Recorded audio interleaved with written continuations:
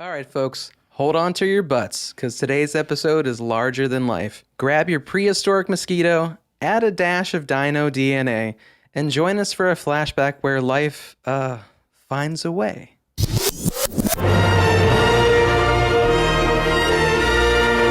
Welcome to Jurassic Park. We're talking about Jurassic Park today, and it is such a groundbreaking and iconic movie. I think for anybody who grew up in the 80s and the 90s as a kid, and even I feel like even for adults too, it was such a just a whimsical movie that was a first of its kind. And so yeah, we're gonna break down just the first movie and what it meant to us as a kid, and then also just the excitement of this being a 30-year legacy that we're heading into the sixth installment of this movie. So yeah, like David, for you, is Jurassic Park also something that was big for you as a kid? I mean, even in prepping for this episode, I wanted to watch Jurassic Park every night. And I think as a kid, I wanted to watch it every night as well. I mean, it's just incredible. And it holds 30 years later. And the fact that they're doing a sixth movie, you know, it just shows you how amazing not only the first Jurassic Park was, but the franchise. Mm-hmm. Oh my God! Okay, it's happening. Everybody stay calm. What's the Everybody procedure, stay calm. everyone? What's the procedure? Stay calm. Wait. Everybody calm down. Boom, we got this mega movie about dinosaurs. You know, it spawned all kinds of things for me. I had fossil model kits where you got to use a little brush and do little fossils. I had in the movie, there's the dinosaur plush you see, a Brontosaurus, a T-Rex, the red and green. I had those. Yeah. You know, I always wanted the Jeep with that iconic logo on the side and those colors. Yeah, I'd love to have one of those as a daily driver. Like that They would were be just amazing. so cool. Yeah. Yeah. You know, I remember I'd set up like my wrestling action figures and, oh no, there's been an interference. What? There's a raptor? You know, like it was just the toys they made and the skins from the dinosaur toy could, you know, come off and it would show the flesh of a raptor or a dinosaur. It just, the merchandise as a kid was just really cool. We're gonna make a fortune with this place. All right, so, you know, when we talk about the characters and scenes like that, right away, I will just, again, kind of like in our Star Wars episode, folks, just be ready to be pissed off, be mad at me, all you want. Right away in my notes, I guess I'll apologize, but Mr. Goldblum, you were lame in this movie. I mean, I might call you Bill Murray through the rest of this episode. That's how lame you were. Dr. Alan Grant was the man. Mm-hmm. He was, if I would describe him, the dinosaur Indiana Jones. Mm-hmm. I mean, he had that blue type, what was that, jean style long sleeve shirt, khakis. He wore that hat, hated children. Yes. I think he hated children more than dinosaurs did. I think he did, yeah. You are alive when they start to eat you. Try to show a little respect. Okay.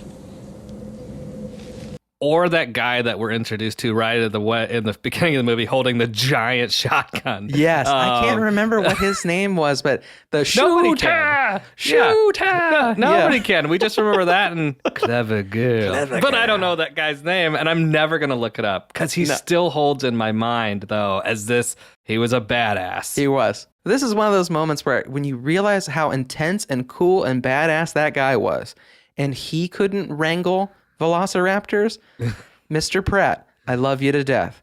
But when you watch the first one, you're like, I'm sorry, you're sticking your hands out like this and that's all you need? Apparently present day velociraptors are different than 93 velociraptors. They were way more intense back then. They respond better to air traffic control signals. They don't want a shotgun in their face. Are you crying? No, I'm not crying, okay? I'm allergic to jerks. Okay, Andy out. Fine, I don't care. Stupid. So is he the true villain? He's the worst grandpa. He's, throwing everyone in this craziness. He cut corners, clearly. Oh, big time. I think since we're going down that path, I would say he's the second villain. The first And Jenny's villain? still the first. Jenny's just the villain in every movie. From Yeah, Forrest Jenny Gump, is, yeah. right? I saw her in the jungle. Yeah. She was riding a T-Rex. She's a villain. But I feel like the number one villain in this is Newman from Seinfeld. Oh, of course. It's of course. Newman's fault. He brought this all about.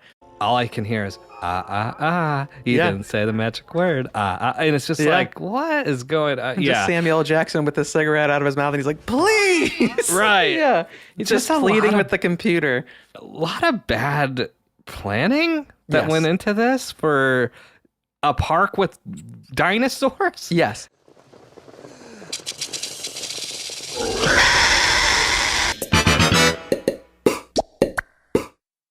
Were these not the flimsiest and yeah. most poorly built like fences and cages Yeah. ever? Like, again, cutting corners Yeah. for something Well, that, and- you know. This is a horrible thing to say, but to go back to the kids, the fact that a no. 10-year-old kid gets electrified off that fence that's supposed to keep a T-Rex inside and he doesn't die. Yes, a massive corner was cut. Like, because a 10-year-old survives, but a T-Rex is supposed to be thwarted by that level of electricity. So I'm not condoning that the kid should have died, but I'm just saying. Oh, I gone too far. But I'm Yeah. just saying that the fence needed more electricity to keep a T-Rex back. That's not funny. That was great. I think for hardcore fans like me that love this movie so much as a kid, I've been waiting to see that triumvirate, those three, get Yeah. back together. And Totally. I am curious to see how much Chris Pratt can still remain an element of this. Maybe Chris Pratt takes on I don't know everything about dinosaurs. Let's see what this guy who experienced the first iteration of dinosaurs coming to man.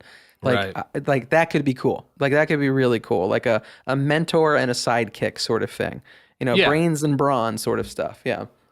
And then you want Chris Pratt to get eaten. You can just say it. Just say it. I feel like I should tread lightly too, because he's also married to Arnold Schwarzenegger's daughter, and I don't want to offend Mr. Schwarzenegger, so I'll dial it back. Yeah, you've got a line out your door already. Chuck Norris. That's now true. you've got Arnold Schwarzenegger. Oh, man. Chris O'Donnell.